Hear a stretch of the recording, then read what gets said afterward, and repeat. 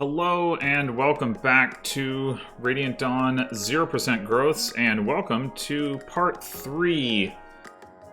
Last chapter, Alencia was the MVP, and that was because Har didn't actually kill anyone on enemy phase of turn 1, so Alencia, who got a second kill on turn 2 due to being enchanted, had 3 total to Har's 2, so he's the MVP.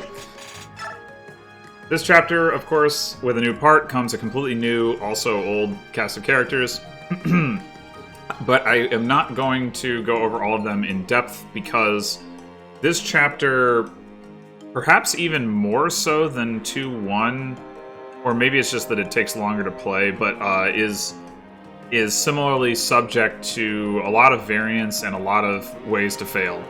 So I'm just gonna more or less jump right into it and then circle back around and talk about units and such later. However, I will mention a couple of specific things that might come as unexpected if you are familiar with this chapter and with the Grail Mercenaries, like initial loadout.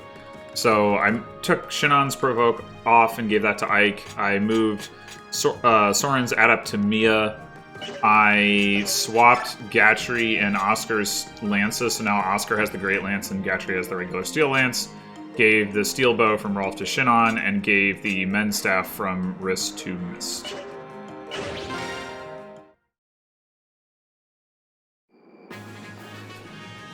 Okay, so this chapter has no battle preps, so unfortunately Titania is stuck way in the back, which is not really what we want, but nothing we can do about it. Anyway, this is an Arrive chapter at Fog of War, obviously. This is the Arrive tile, and we need Scrimmer here to get there. Scrimmer doesn't really want to go there that badly, though, which is, well, part of the reason that it can be so difficult to complete reliably. The AI behavior in general is the primary reason.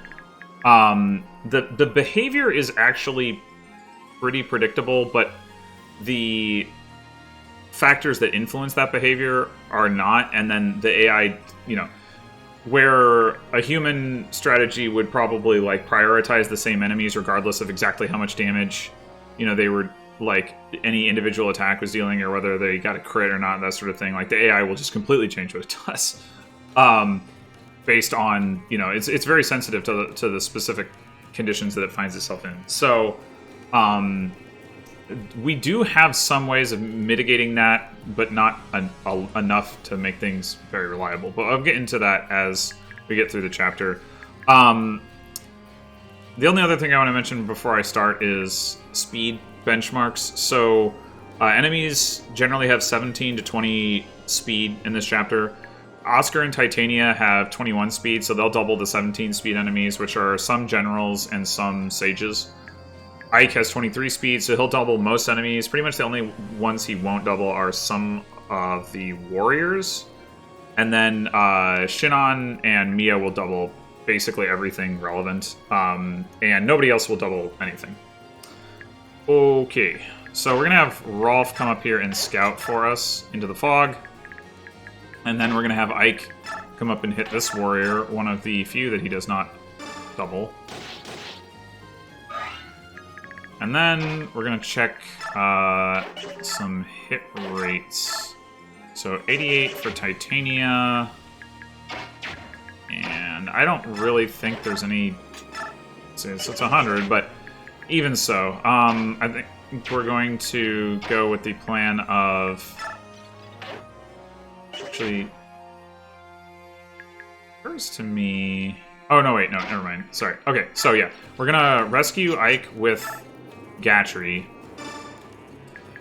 And then we're going to... Oh, wait. We gotta do this first. Hit this guy with Soren.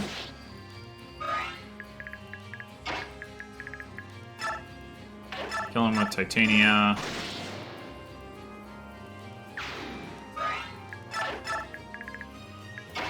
Kill this guy with Riss.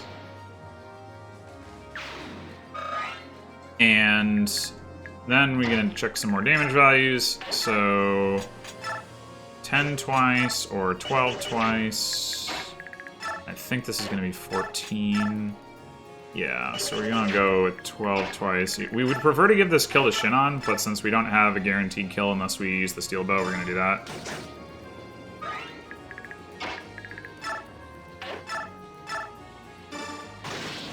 And we're risking... We're letting... I mean, we could attack with Boyd first, of course, but we want Shinon to take damage if anyone does, because he is not in danger really at any point in the chapter. Alright, so then we're gonna take Ike and drop him around here with Oscar. Mia up and move Mist up.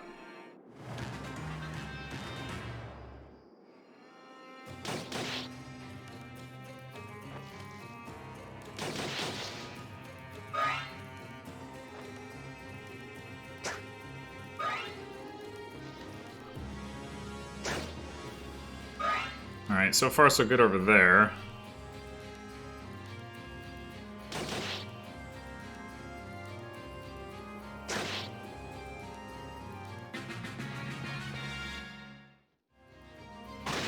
That's not ideal. So the first thing to notice about the AI behavior for the green units is that Scrimmer will always move first. The enemy moves in a fixed order. It's like mostly the tigers plus that one cat will move, and then Ranulf will move. So you can see, well, it's like a couple tigers, then a cat, then the other tiger, then Ranulf, then that tiger. Anyway, it's more trouble than it's worth to track the exact movement order, but the point is it's basically Scrimmer first and Ranulf about halfway through. Scrimmer will always attack an enemy if he can, no matter how out of position it leaves him, and even if it means not arriving. Like, he will choose to attack an enemy over arriving, which is infuriating. What's unfortunate about this that I was reacting to is, so, because Scrimmer will always attack one of the enemies that were over here before they all died, anyway, like, there's no way he's gonna, like, run up here. There's absolutely no circumstance under which that would happen. If he did, that would be nice. But since he's not going to do that anyway, it's actually ideal if he takes out the enemy here, because then these tigers end up a little bit further forward by attacking these other enemies. And we, in general, want the tigers to be advancing, because we don't want Ranulf in front, because his gauge sucks, and we want Ranulf to be transformed by the time we get to this part of the map, so that he can kill enemies that are tough to otherwise kill quickly, that we need to get killed quickly. And where you might think that he could do that just as effectively against the enemies in here or here, he doesn't really kill them any faster than the other units. I mean, well, if you get him to here, he can, but then he will probably take a ranged attack with it'll untransform him. That's bad. So anyway, the point is, we want the tigers up front, because the tigers move before the cats, most of them.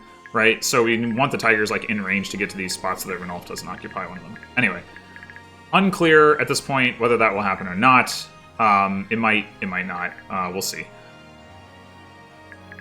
So, moving back over here. So, this guy did not die to an Ike crit. If he does die to an Ike crit, then this guy will attack Ike instead of attacking Oscar. And if that happens, there's actually a sniper in the fog up here that will move to a different location. So, like, we have to kind of change how we approach this depending on whether that happens or not. Since it didn't happen, we're going to be... We can... basically, the sniper is here right now. If this guy had moved to here, then the sniper would be here instead. But as it is, we can shove Ike one spot forward and then have him run up and kill that sniper. I am getting a little ahead of myself here, though. The first thing we're going to do is have Soren take out this guy. And then we're going to have Titania take out this mage.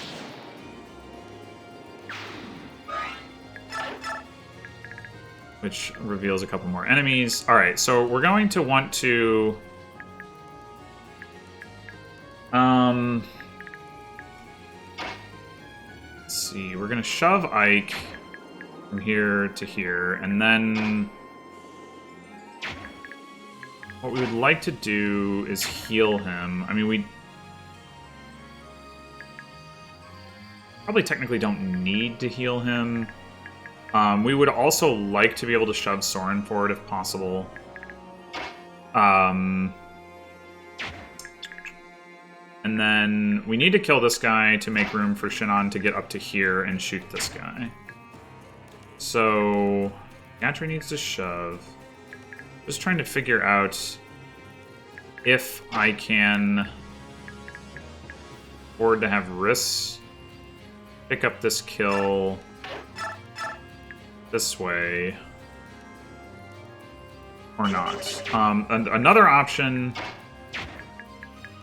is to use Oscar. That does kind of assume that Shinon is going to crit kill this guy, though. And or that Mia is going to crit kill this guy. Well, we have Boyd available to help attack this guy, but his hit rates are not looking so hot. So I think we're going to do this.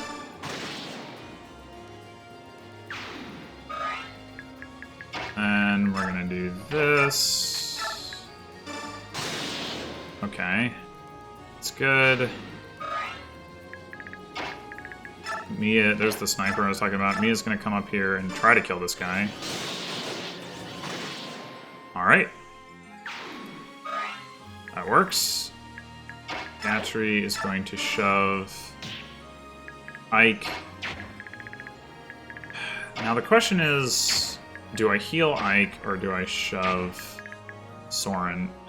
Because of the way the enemies are arranged, it is useful to have Soren shoved next turn, and we may want Gatry. Gatry is going to be back here shoving people, but we may want him to do something other than shove Soren next turn. Blech, blech, blech. We will need to heal Ike before we get too far over here, but we don't necessarily need to do it this turn. He actually won't get attacked by anything.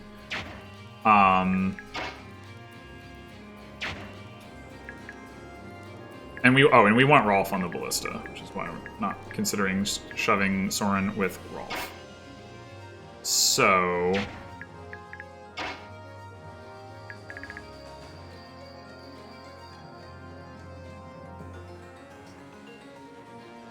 let's see... I think... so that Armor Knight... or General, rather. There's a General that's going to end up, like, right here. And the idea is we want... 1, 2, 3, 4, 5, 6. 2, 3, 4, 5, 6. We shove Soren to here, then he can attack this guy from here. We shove Riss to here. 1, 2, 3, 4, 5, 6. He can hit him here, and then that plus Titania is enough to kill the Armor Knight next turn. Which is good because we don't... We have other tasks for Boyd, for Ike, for Oscar, for Shinon, and for... well, Mia doesn't really deal any damage.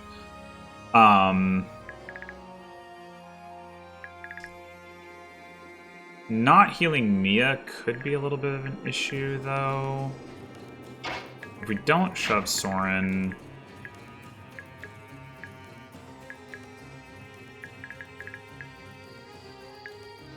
2, 3, 4, 5.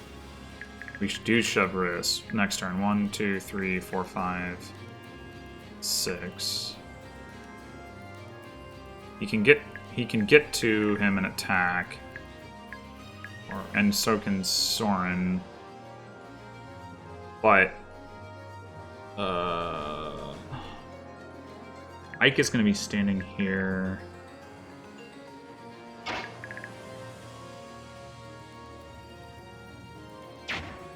I think I don't actually need to shove Soren. I think. Let's see whether I regret this.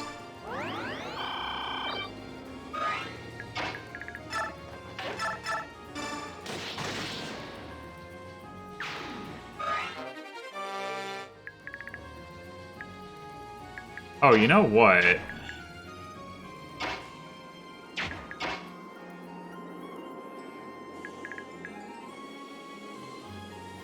I could consider doing a little bit of rescue dropping with Boyd and Oscar since Soren and Shinon and Mia both picked up their kills.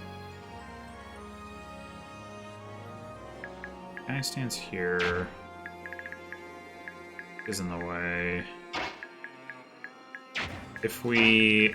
So we'd have to only send Oscar to here rather than to here to do that. And we could drop Riss back here. The problem with doing that, the potential problem, is that next turn, Oscar wants to go 1, 2, 3, 4, 5, 6, 7... Oh, actually, 8... Should actually be fine. From here...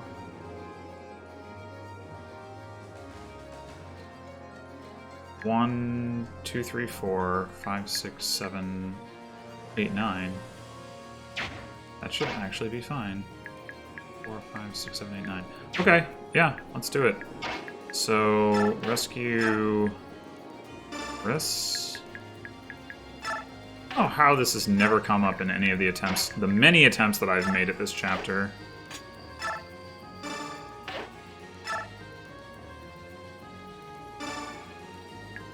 Alright, and now we talk about the ballista. So, the first thing we want to do with the ballista, this guy is going to move on enemy phase, but these three are not. We shoot this guy, then we put him in range to be one shot by a tiger, which does two things. First of all, the tigers don't double him, so he won't die to one tiger unless we shoot him. And that would mean that like one tiger will attack from here, and then one tiger will attack from here. We don't want that to happen because we want the tiger to attack the halberdier from here, because then the halberdier will also get 2-hit KO'd, and will thus die on the following enemy phase. The other reason is just because we don't want the guy to hit the tiger with his L-Fire and deal damage. There are some cases in which we want the green units to die, but in general we don't.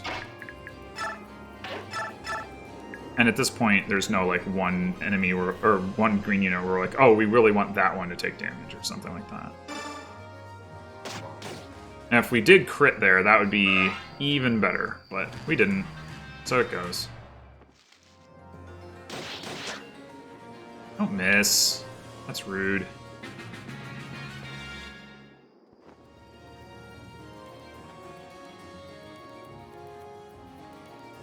It's also rude for a skirmer not to be able to reach that guy.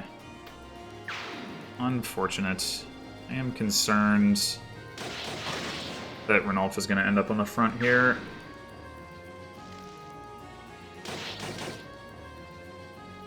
Nope. Okay, good. Good.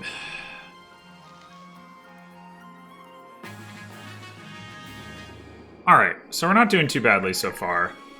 In fact, we're doing quite well. So now, we can attack with Soren, with Riss. There's a sage here. There is a halberdier here, and there is an armor or a general here. Ike is gonna one round the halberdier, and then we're gonna have Boyd shove him forward so that he can enemy phase the general. That is the idea. So the question is, do we want to just bring Gatry forward, or do we want to attack Soren from here? Like getting Soren up to like here would be pretty nice in terms of future turns. We can actually advance Riss all the way up to here as well. Puts him next to the Sage, but that doesn't really hurt anything.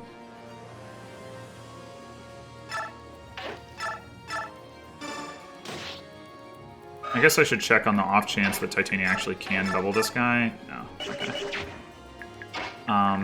So how far can you go, Gatry? Not far. Although if I put him, if I shove Soren this turn, Gatry's just going absolutely nowhere. After that, which could be more relevant, so I think we will Stick with having Soren right there. And then Titania gets the kill. And Ike is going to come up and take out this Halberdier. I've actually never seen that guy not have 36 HP.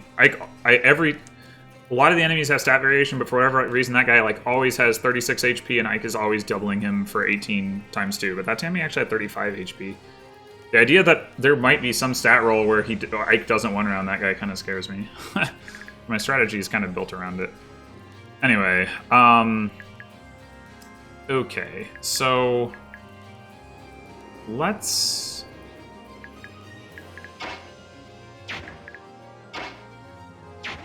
move Shinon first, I guess. So at this point, these two guys should both die on enemy phase, unless this guy comes up and kills one of these tigers, well, or at least damages them to the point where the Halberdier can. So the first thing we're going to do with Rolf is we're going to shoot this guy and hope we crit him and prevent that from happening. Nope. Okay. It's okay if it doesn't, because even, like, Scrimmer will move up and kill whoever, like, if that does happen. But we want to minimize the number of attacks that have to be spent dealing with that versus advancing further in. However, that is probably less important than hitting this guy. This guy is ultimately much more threatening because the area of the map that he's part of, like this choke point here, is much harder for us to get through reliably than this part. So we are going to have Shinon try to crit that guy. Nice. It's especially important to try this turn because we lose vision of that guy after this turn. Like, we're only getting it because they have, like, these cats over here. And once they move through, like, we lose vision of him and we don't get it back again until our units are, like, in this area. Okay, so now that we've done that, we can... I guess we're going to put Mist here and heal Mia. Mia's going to come up and try to kill this guy. Nice. Alright. Couldn't shove her. Okay, so now... There's another stat question. Okay, so Oscar can hit this guy. Obviously, he has 39... Well, not 39 because it's a true hit, but, you know, probably... high 20% chance to just die outright, which is not ideal, but 3, 4, 5, 6. Soren is in position to finish this guy off on player phase next turn. However, if we don't have to do that, we would prefer not to, because there's a sniper that's going to come up and shoot Ike that we could use him to help take out instead. So I think what I'm going to do, actually, just because I've had this go horribly, horribly wrong before, so I'm going to save this save state, and then I'm going to attack, and if Husker dies, we'll just not attack. Okay, he didn't die. Hooray. Shove Ike forward. That guy doesn't move, so he won't go after Oscar. He'll just die to Ike. No, don't miss! Alright, well... Still, don't miss. I stand by my statement. Jeez.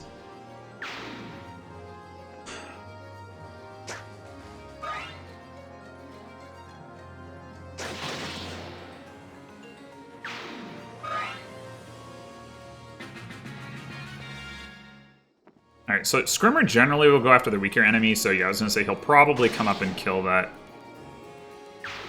Sage. Interesting that they're...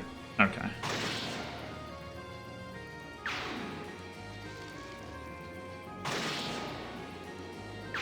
Now, the unfortunate thing here... Oh. Alright. I was going to say, the unfortunate thing here is that the tiger... That one tiger did not attack that general at all. So the general is, like, at full health. But this guy should just die. Let's see. This guy's got 123 hit, and this guy's got 59 avoid. Yeah, that's a little shaky.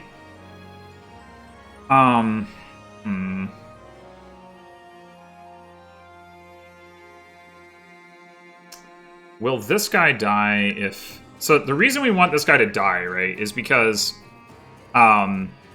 we need a gap for Scrimmer. And the reason we need a gap for Scrimmer is because Scrimmer has to be 1 tile further forward than he currently is in order to be 18 tiles away from the C's point, which is how we can complete this in 6 turns. We could actually, I mean, theoretically complete it in 5 turns if he were 1 tile further forward, but there's no way that we could actually kill enough of the enemies in between to make that happen anyway, so it's irrelevant. But yeah, basically these 4 squares right here are within, well, this one, and this one are within 18. This one's within 17. Right now he's at 19 squares away, so we need him to advance, even if just a little bit, which means we need a gap for him, somewhere for him to go. If nothing changes, he's just going to move here. So this guy killing this guy would be how we want that to happen, but it's not guaranteed. This guy, let's see, does 26 and 14, so 40 damage minus 6 is 34. And then this guy has 32 attack minus 21. So 34 and 11. Okay, so this guy, if this Sage is still alive, and the reason he would potentially not be is if we shoot him with the ballistas and crit him. But they might kill this guy as well. It's not the ideal way to open a gap. We'd rather have the enemies die than the green units to open a gap, but sometimes you gotta, make do with what you have, and we can't get over and kill these guys from where we are. We just they're too far away.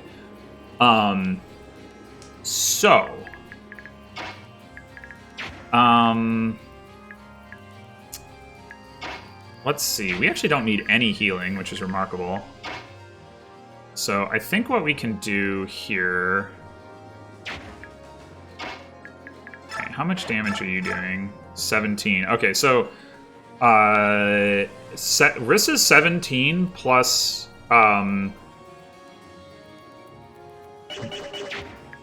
Soren's 18. Soren does 1 more damage than Riss. So that's actually enough to kill. Which is actually great, because that means we can...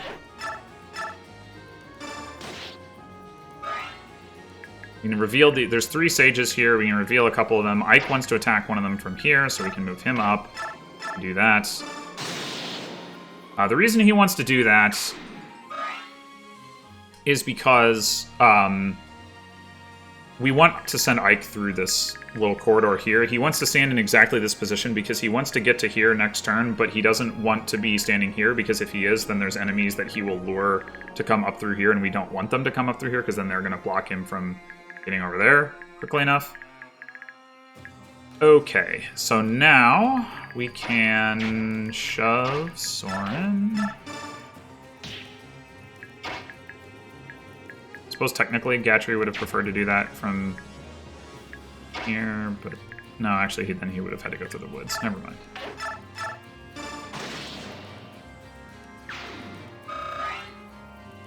It's not going to matter. Gatry's almost certainly done being relevant for this chapter. Okay, so now...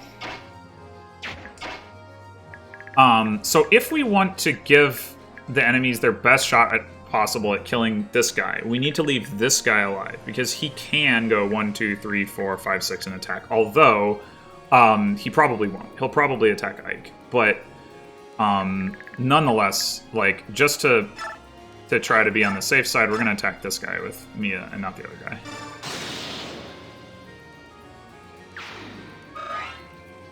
Alright. Now, let's check 18 speed, 17 speed. Okay, so Titania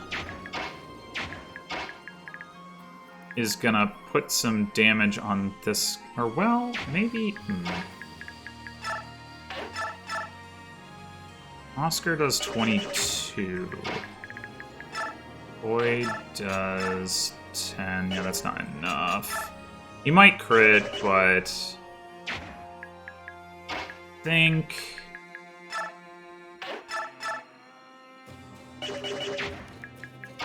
The alternative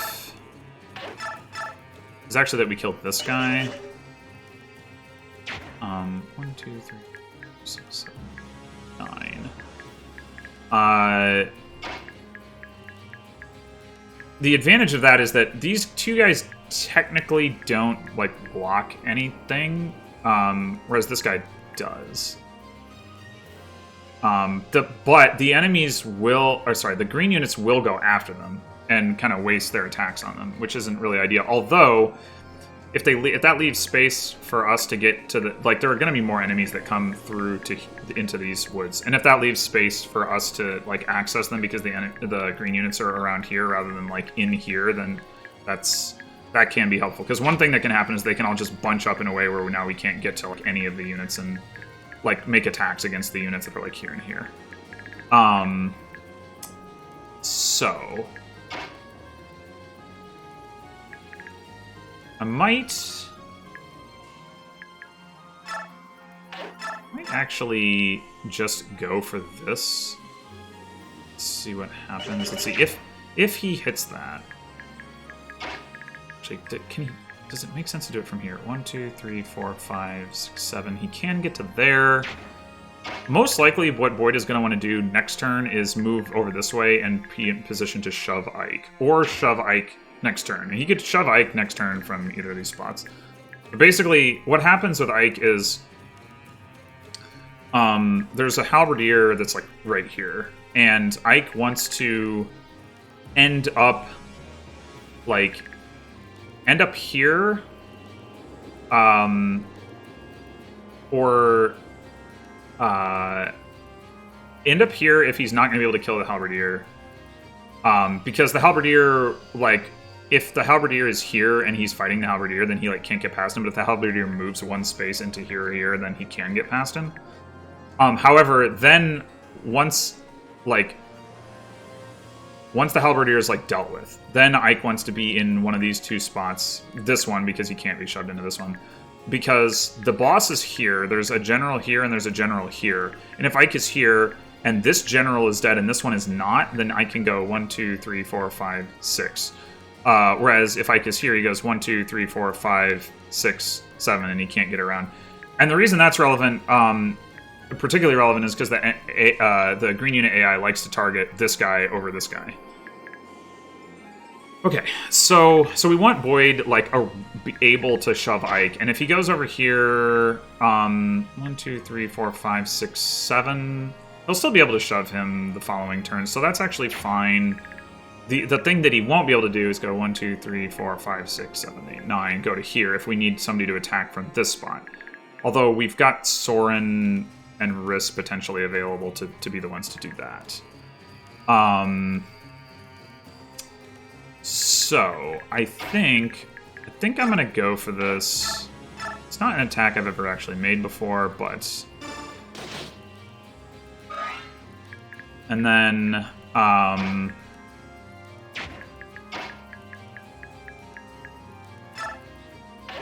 going to do this. And this.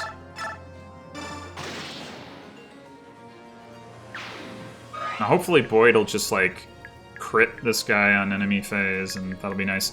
Meanwhile, we're gonna have Shinon actually shoot at this guy, because this guy doesn't move and is one of the guys who's, like, can be really difficult to get through on the next turn, because the enemies can, like, block my access to him, and then I, like, can't attack him. Sorry, not the enemies, the green units.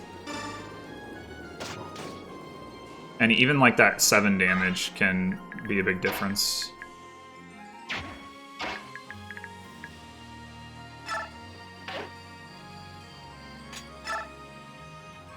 Alright, now Rolf.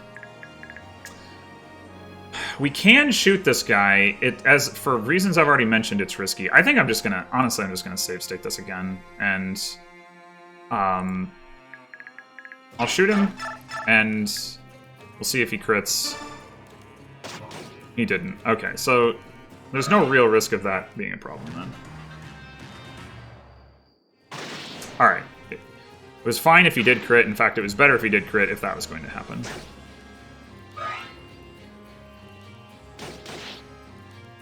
No crit.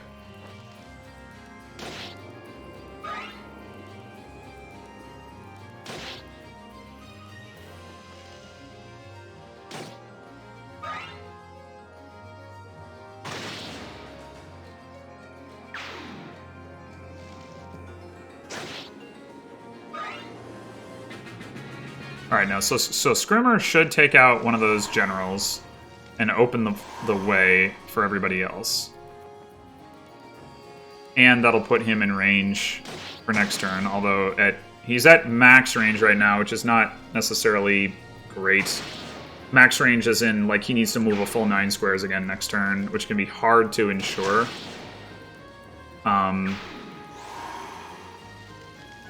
Okay. Ranulf going after that guy is pretty good. I would have preferred he go after one of the halberdiers, but settle for that. What I don't want to see is any more of the green units go after the halberdiers. I want that forest tile, but... Well, actually, you know what? No, this is fine, because they did enough damage that we can just shoot him with Shinon and kill him. Okay, so you know what? I actually think we're in pretty good shape here. So, Mia is going to try to kill this guy and open the way for Ike. And Ike is going to come down here. So we're not going to have the opportunity to shove Ike, you know, this turn, but that's okay. We can shove him next turn.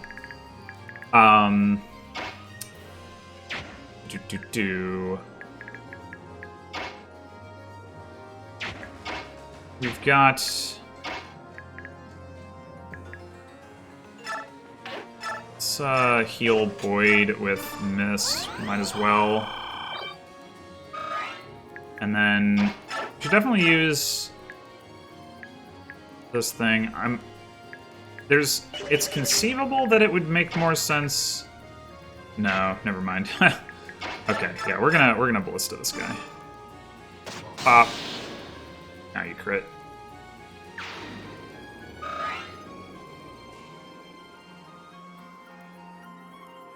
Alright, so...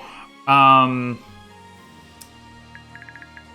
2, 3, 4, 5, 6, 7, 8, 9. So if Scrimmer actually moves 2 here, he's where we want him to be. So that we can actually just leave this guy alive and let Scrimmer kill him. And we know Scrimmer's going to move first. This guy... Well, I guess this guy will probably die to Ranulf, or at least attack Ranulf. But that doesn't really matter. Well, actually, we would prefer for Ranulf to attack one of the generals that's up here in the fog. So maybe we do want to take the guy out. I mean, there is kind of a we might as well anyway thing also for that. So I don't think... 1, 2, 3, 4, 5, 6. Yeah, we don't have the shoves to get either one of these two. And oh wait, this guy's... Never mind. He's not the one that we can even do that with. Never mind, never mind, never mind. Okay, so 15 and 21. So we can kill him. Not guaranteed to, but we can try.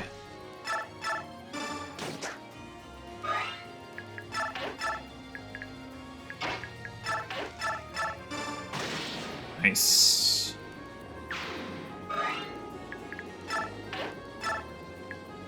Now, they won't actually be able to see the generals at this point, but hopefully...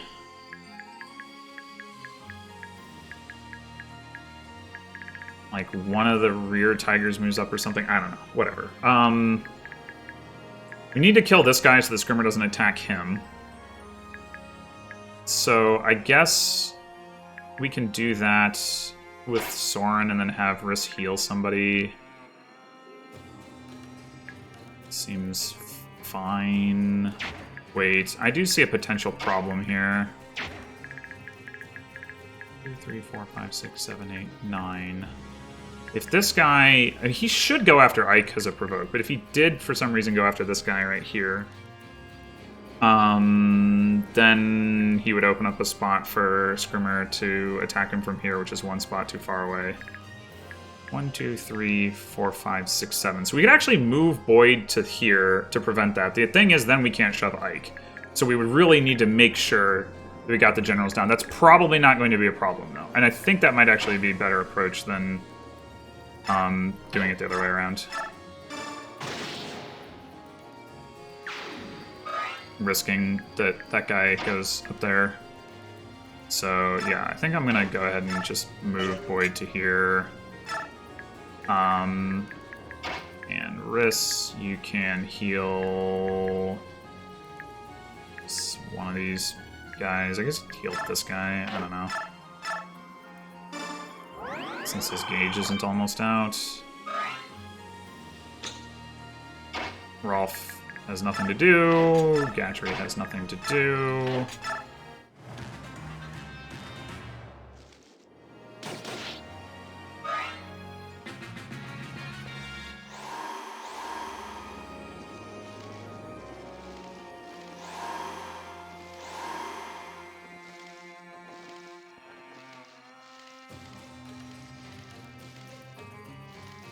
Alright. Oh, no, Ranulf, come on, don't attack that guy! Ugh. Sure, take out the priest. So helpful.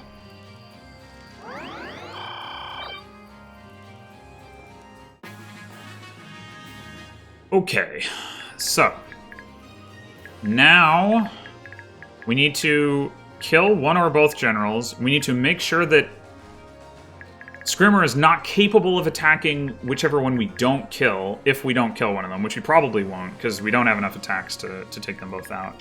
And we need to kill the boss, who has 21 speed, by the way, so we can't double him. Ike, I was going to say, should be capable of doubling these generals. It looks like it's going to be easier to take out the one with the Great Lance. So we'll probably go for that. 18 speeds. Oh, actually, the other one has less speed, but we don't have the shove for Ike, so... we do have Boyd available to help.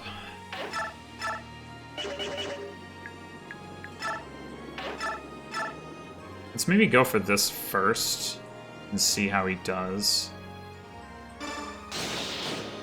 Nice, Boyd! Let's go! Okay. Okay.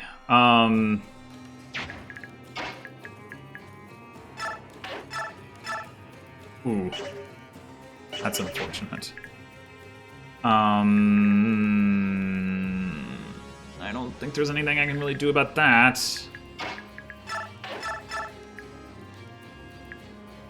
Yeah, it definitely looks like we're just surrounding this guy rather than killing him. The only question is, do we deal enough damage to this guy if we have Ike twice plus Oscar? I mean, almost certainly yes, but I also wonder if I can... 1, 2, 3, 4. So she needs to be shoved 4 times to heal Ike. Looks like we can do that.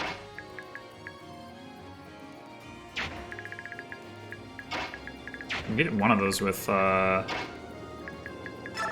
Gatry. So when I said it looks like we can do that, what I meant, what I meant was, it didn't look like we could do that until I noticed Gatry. For some reason, I was thinking somebody had smite or something. I don't know. Oh, that's 3 shoves. So we could have healed with wrist. Whoops. No, that's really not a big deal. Okay. So...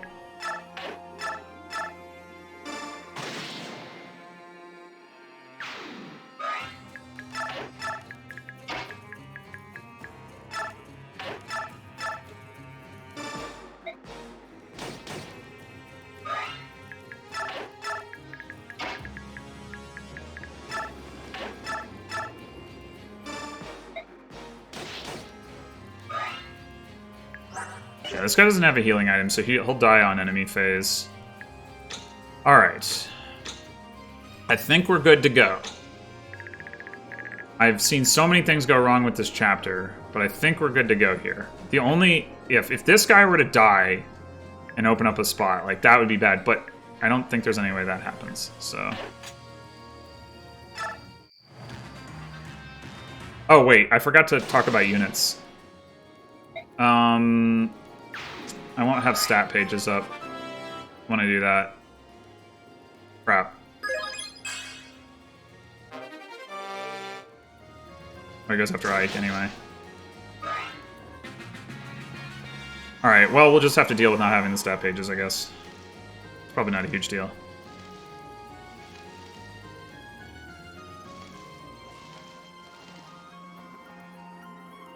Of course, we gotta move the reinforcements first. Okay, there it is. You have no idea how much of a relief this is to me to have gotten there. Like, this chapter, like, there's so many things that can go wrong. And it's a lot longer to play. I mean, it's been 45 minutes, right? It's a lot longer to play than 2-1 is. Like, I've seen so many different ways to fail. It's unbelievable. I didn't even actually end up using any of those save states. Alright, so... Crap. Maybe I should save unit discussions for next chapter, or at least some of them for next chapter. Maybe let's do that. Let's talk about, like, some of the units, and then talk about others next time. I can see Ike, Soren, and Titania, so we'll talk about them, at least. Starting with Ike, so as you can see in this chapter, right now Ike is generally doubling enemies. He hits hard, he's durable, he's dodgy, he's very good. That's not really a surprise in Radiant Dawn. Like, Radiant Dawn Ike is really good. He's better with transfers, like, a lot better, and one of the reasons that's worth mentioning is because he's, like, so likely to get transfers in general. If you're playing with transfers, like, you know, people are, like, a lot of people train Ike, and, you know, so it's also, like, fairly easy to cap out several of his stats. Like, he's fairly likely to do so. I mean, but even without the transfers right now, you know, he's pretty good. He is, however, like, you know, already running into enemies that he doesn't double, right? So, and this is going to be, like, a common theme for, you know, for part 3, is that unlike sort of late part 1, where we really had, like, a lot of units that could double and kill. Like, for all that the Dawn Brigade gets crap for being bad, like, it's really the early Dawn Brigade that's bad, right? Like, the later chapters, you get Soth, and you get Zahark, and you get Volag, and you get Nyla, and you get Torneo, and you get the Black Knight, and I mean, even Tormod and Morim, Vika, I guess, although she doesn't do that much damage. But, like, you know, you have a lot of people who are not really having trouble doubling a lot of enemies, or just easily double all of the enemies. That's not really going to be true here. So Ike is, on the one hand, Ike is going to stop doubling, like, relatively quickly. On the other hand, especially because Radiant Dawn enemies scale pretty fast throughout the course of the game. On the other hand, he's still going to be one of the best Grail mercenaries because, number one, I mean, he starts as one of the best, and the growth units aren't going to, like, catch up to him or anything, because that's not a thing. And number two, the joining units in part 3 are not generally, like, that strong. I mean, there are exceptions. Har, obviously, very strong. Janoff and Ulki are really strong. But honestly, offhand, I mean, I guess Ranulf is normally bad because of his gauge, but I have to imagine I'm going to be making use of him here just because he has good stats. I don't know. We'll see how that plays out. But yeah, generally speaking, I think Ike is going to still be one of the better characters, despite not having the opportunity to grow and keep pace with the enemies, let alone do, like, BXP abuse stuff. Something else to note, Ike actually has to get 2 speed to not get doubled by from a speed wing, I mean, to not get doubled by the Black Knight without transfers. If you have transfers, he starts with 25 speed instead of 23. On promotion, he gets 2 speed, he goes to 27. The Black Knight has 30 speed, but we're gonna have to give him the speed wing to make up for that. And then, of course, like, once he gets Ragnell and Ether, Even though he probably won't be doubling, like, he'll be like that much more of like a kind of like a sustain tank for the front lines, and I think that's going to be a very relevant thing like throughout the rest of this game, like compared to late part 1. Again, like, we're going to have like a good number of characters who are just going to have to like kill enemies over multiple turns, and like potentially rather than like one-rounding everything, instead like deal damage to a bunch of enemies on enemy phase, you know, kill one of them on player phase, finish a bunch of them on enemy phase again, you know, dodge tank, or just have high durability, but not necessarily one-rounding, because enemy speed in Radiant Dawn is like quite high. All right, that was more about like of a general thing than about Ike, but there's some applicability of that to a bunch of the characters here. So like moving on to Titania. Titania has 21 speed, so she's gonna like drop off in that respect even harder or faster. But again, she's a character with good strength and durability, so she's still gonna hit hard. She's still going to be capable of you know, taking some hits, and she's obviously got you know, the movement and Kanto stuff going for her. So again, I think she's going to retain relevance. In Growth's playthroughs, Titania it does fall off. Like, I think the notion that Titania falls off in Path of Radiance is overblown. I think it's actually more true in Radiant Dawn, because not really because by her not really through fault of her own, but because of her poor class caps. Like all the paladin class caps are just bad. And so like you get, you know, like she's useful throughout part 3, and then you get into part 4 and the terrain is really unfavorable before the tower, and then like by the time you get to the tower, the stats just like aren't allowed to be there.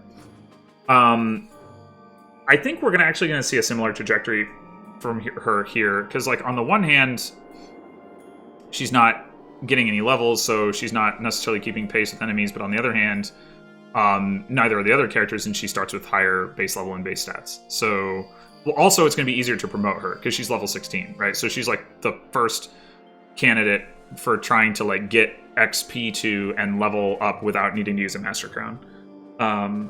So that, you know, is going to, like, once she gets that promotion, that's going to be a big deal, like comparing her to the other characters. And of course, Ike doesn't get to promote whenever he wants. He has to wait for the story promotion, whereas Titania can promote as soon as we can get her there. So she will get that boost, and that'll be nice. Moving on to Soren. Soren, for some reason, is really slow. I mean, I say for some reason, it's because mages are slow in this game, right? Like, we haven't talked about Gatry yet, but Gatry has 20 speed and Soren has 18. In Path of Radiance, I mean, Soren's base speed isn't that high. I want to say it's like, at level 1, it's like 8 or 9, though. It's like, it's respectable, and Gatry's is like, I don't know, 6 or something.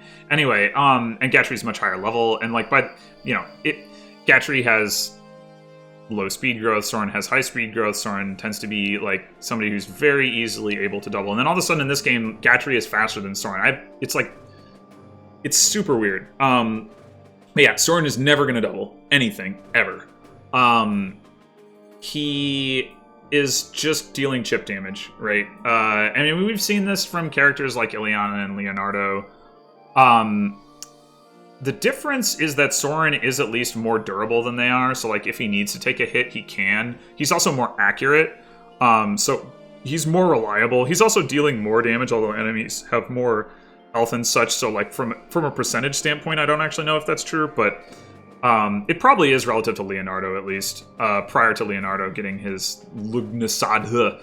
But yeah, I mean, so, like, it is useful with, like, in 0% growths, when you're having to kind of go like all hands on deck to be able to kill enemies.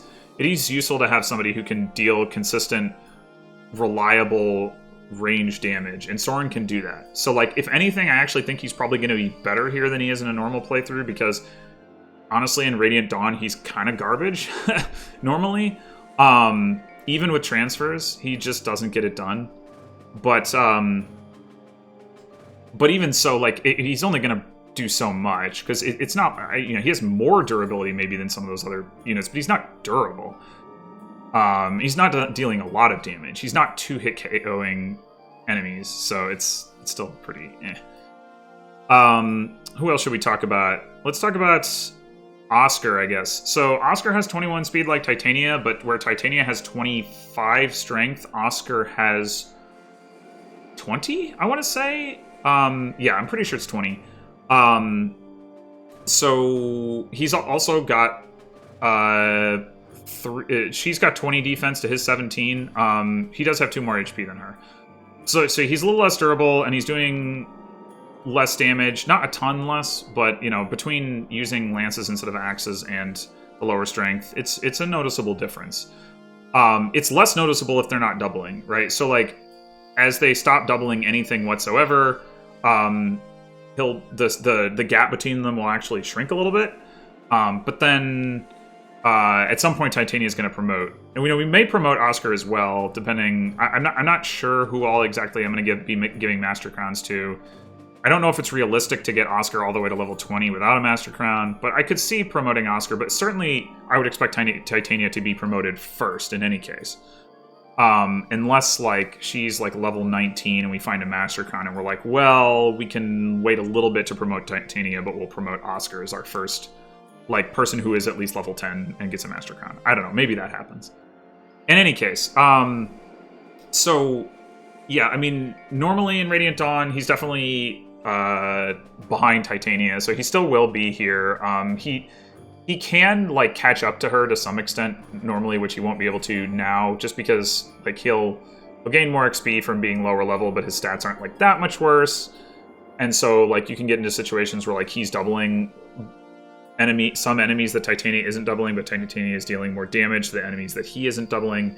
Like, that sort of thing can happen with Oscar. It won't happen here, so he's just, like, relatively speaking, I think he's going to be more hurt by that. Unsurprisingly, since, again, anybody who's lower level and has lower base stats is going to be more hurt by 0% growth. But I would still expect him to be useful. He's obviously, just by virtue of being a paladin and having, like, reasonably good base stats. All right, let's talk about Shinon next. Shinon is really interesting. He has 21 strength, 24 speed, 20 defense, 14 res, and, like, 43 HP. By comparison, Titania has 36 HP, Oscar has 38. Oscar has 17 defense, 13 res. Titania has 20 defense, 14 res. Shinon has 20 defense, 14 res. Shinon is more durable, even without accounting for Avoid, than Titania or Oscar. And he is significantly faster at 24 speed, so he's also got better Avoid, generally speaking. Which is just bonkers. Like, he's also got more strength than Oscar. His strength is right in between Boyd and Oscar's. Boyd has 22, Shinon has 21, Oscar has 20.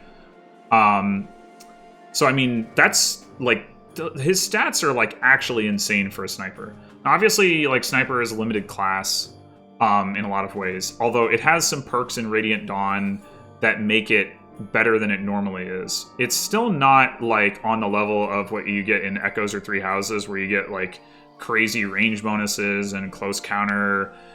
Though you can, of course, use crossbows, but then you're not taking advantage of his pretty good strength stat. But that is the way to take advantage of his durability, right? Because otherwise the durability, like, for all that it's very impressive, it doesn't really do that much if he's not, like, fighting on enemy phase. And then, of course, like, when you get to marksman, you have the 3 range, and in the tower you can get the double bow. I actually do think, I don't know for sure at this point, but I actually do think there's a good chance that Shinon is going to be, like, the number 1 or 2 Bayark unit for me to prioritize taking into the tower. And the reason for that is because of the double bow. The double bow is such a good weapon. Like, it's not just that it has, like, the super range thing. Like, it's 1 to 3 range. Well, 1 to 2 range plus the 3 from Marksman. And it has high might, but it also has +5 strength. So the effective might is where, like, the Elondite and Ragnar, for example, are 18. I want to say the double bow has, like, 22 might and +5 strength. It's something absolutely ridiculous like that. I'd have to look it up. But the point is, like, even base level Shinon probably is like, good in the tower, and most of the Bayark units aren't going to be, right? Because, like, they're not growing either, and it's not like Shinon's base stats are significantly worse than, like, some other you know, Bayark unit. I mean, there are probably exceptions. Like, Renning springs immediately to mind is, like, somebody who's, like, normally not good because he's a paladin and he's got those, like, bad class caps. Not that he's necessarily capped out anyway, but like, I assume his base stats are better enough that, like, he'll be worth taking. But, like, honestly, after that, like, I don't know. Like, the double bow might actually be good enough. In any case, but prior to getting to that point, yeah, I mean, he normally does benefit a lot from growths because you can use BXP abuse to get him even more strength. Obviously, that's not going to be the case here. I mean, this applies to so many characters in the Grail Mercenaries that it's not necessarily that remarkable for any one character, but it is more notable for some than for others. We haven't gotten to the one that it's most notable for, but you know, that is going to hurt him. But given his overall, like, good bases, and the need for people to attack from range in the context where, like, you're like, oh, I need, like, 3 characters to attack this enemy, and it's hard to, like, surround them, so it would sure be useful if I had somebody who can attack at 2 range. Like, Shinon is easily going to be the best one at doing that sort of thing. So I do expect him to be useful. I don't expect him to be as good as he is normally, like, certainly in absolute terms, but possibly even in relative terms. But I wouldn't be surprised if it actually goes the other way. I wouldn't be surprised if it turns out that, like, it's so hard to kill enemies quickly that, like, we're really leaning on Shinon and on playing, like, a player phase-based game rather than an enemy phase-based game. We'll see.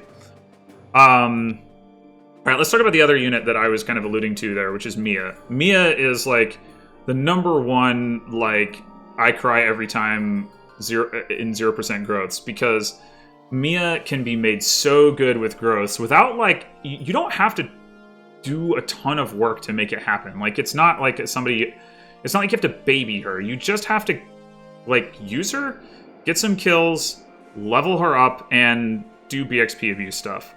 She's got super high base speed, pretty high base skill that she's likely to cap them both out, and then you can start pumping her full of strength through BXP abuse. And once you get her strength up, like, man, like, okay, yeah, she's not, like, counterattacking at range very effectively, but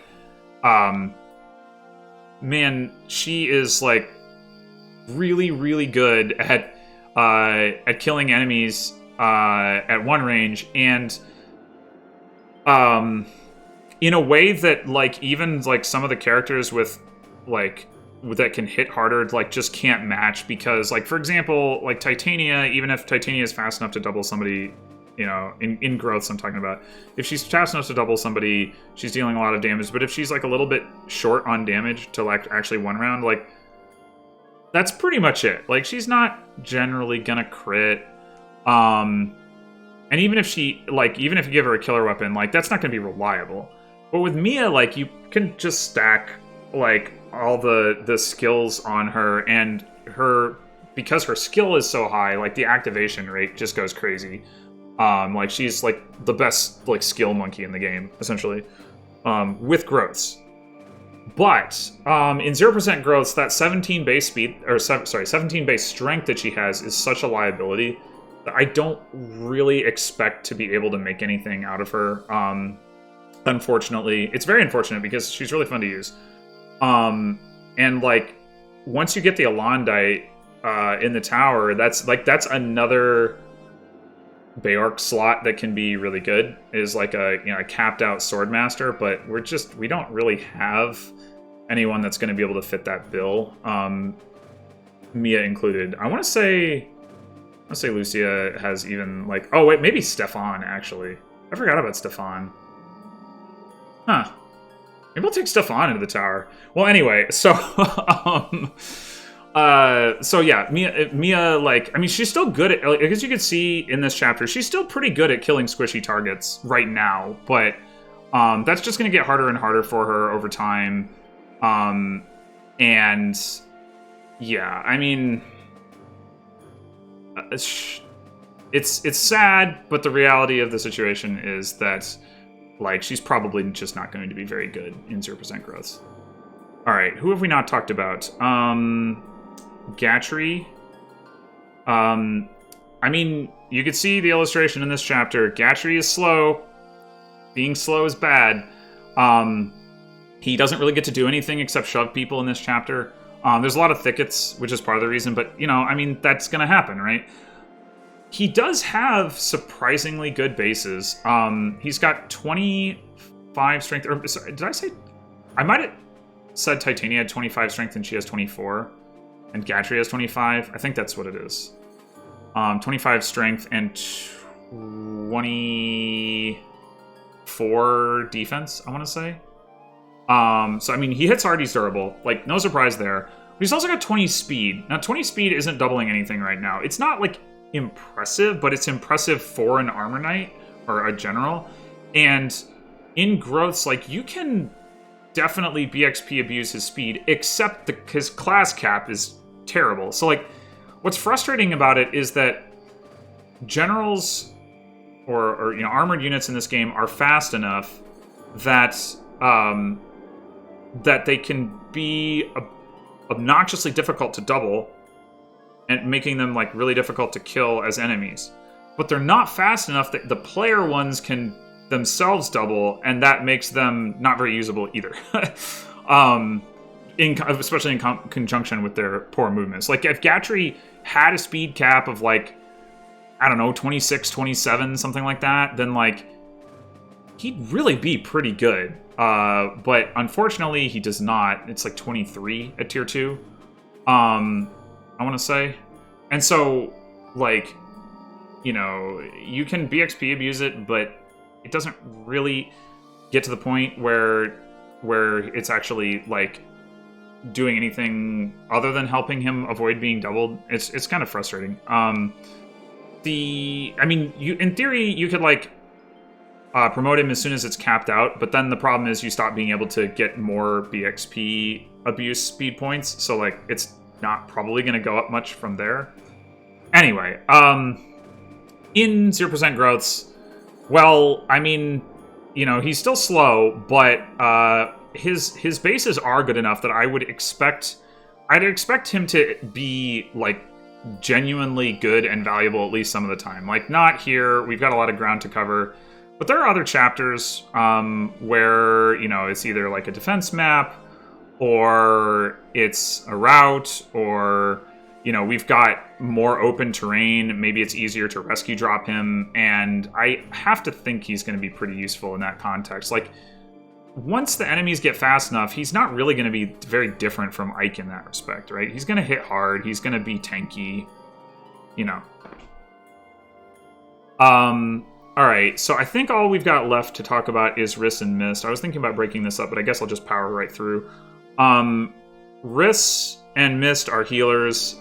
That's most of what there is to say about them. Mist having 7 movement is a nice advantage that she has over Riss. The fact that she has, you know, 13 magic to his 23 or whatever exactly it is, doesn't really matter that much because, like, you can just give her a Mend Staff and she heals plenty. Like, that's what I did in this chapter. On the other hand, Riss can actually attack, which isn't really relevant in a normal playthrough, I would say, especially if you have transfer bonuses. Like, when I've played this chapter in the past, I've, like, never been worried about the damage that Riss can deal. But, as you saw in this playthrough here, like, I actually attacked with Riss a fair amount, and he puts in work. I mean, his accuracy is right there. Like, he's almost identical as an attacker to Soren. So even though Soren is 4 points of speed faster, and so Riss is going to get doubled by, like, all kinds of things that Soren isn't. It doesn't really matter, because he's attacking from 2 range. I mean, it matters in the sense that you don't want to leave him exposed, but I mean, you know, he's dealing 1 less point of damage than Soren. Like, that, it matters sometimes, but not that often. And like I said, he's got good accuracy, so again, it's reliable damage. And he can heal, so I mean, like, if you compare him to Soren in that sense, like, arguably he's just better.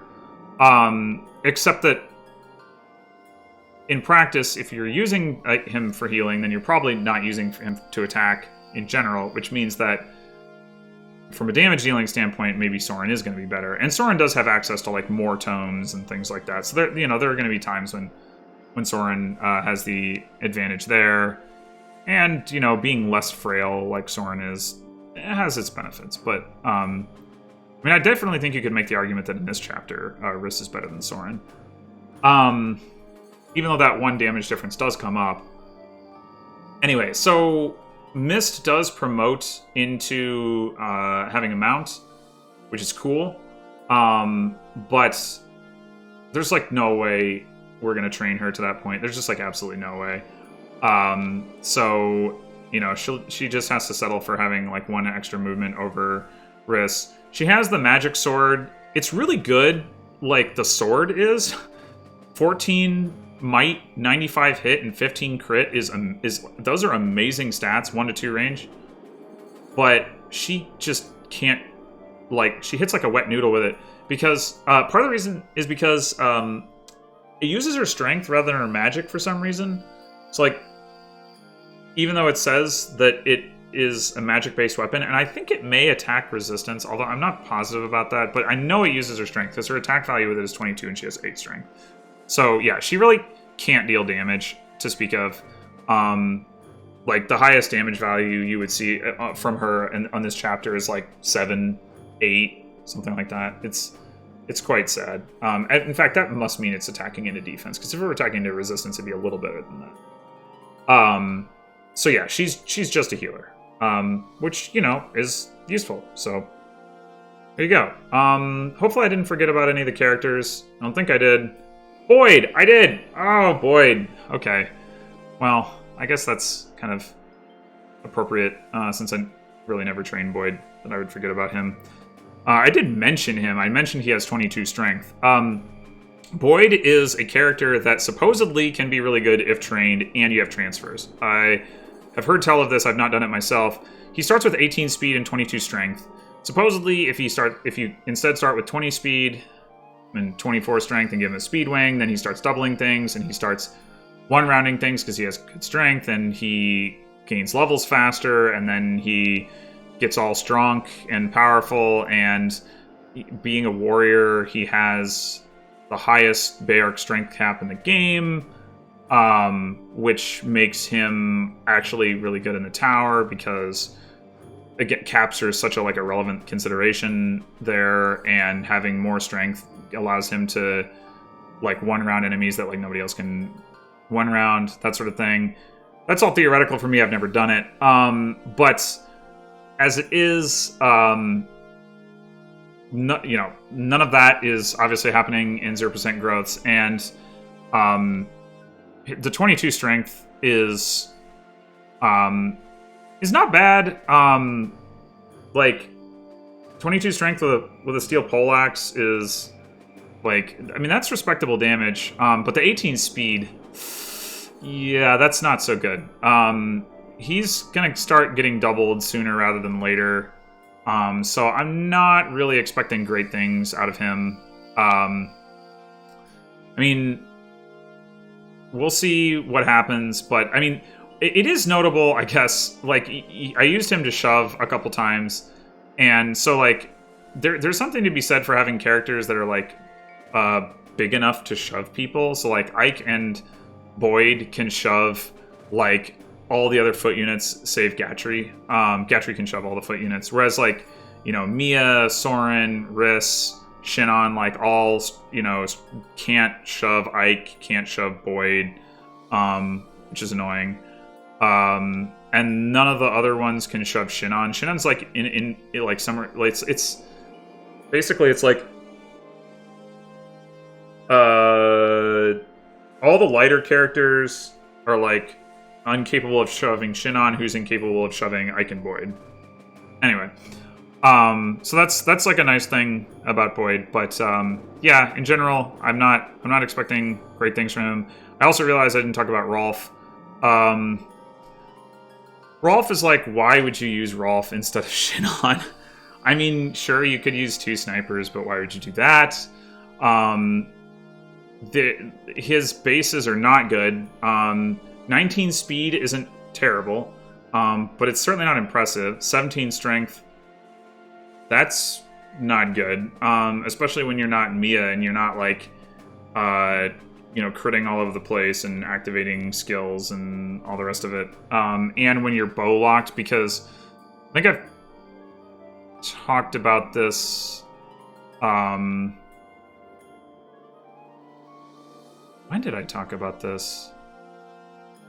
Oh, talking about Astrid, that's right. Yeah, that like you can't. There's no like steel great bow or whatever that you can use to boost your damage output. See that the low strength is like a bigger downside compared to like Mia, who can use like a steel blade, and has the skill that her accuracy is going to be fine. So yeah, I mean, Rolf is useful in this chapter. Like the ballista value is real. There's no denying that. But in general, he's probably the first character to the bench. He's better than in Path of Radiance, but he's still quite bad. And if you're playing normally, just use Shinon. That's my recommendation. Shinon is lots of fun to use. There's no reason to train Rolf. Okay.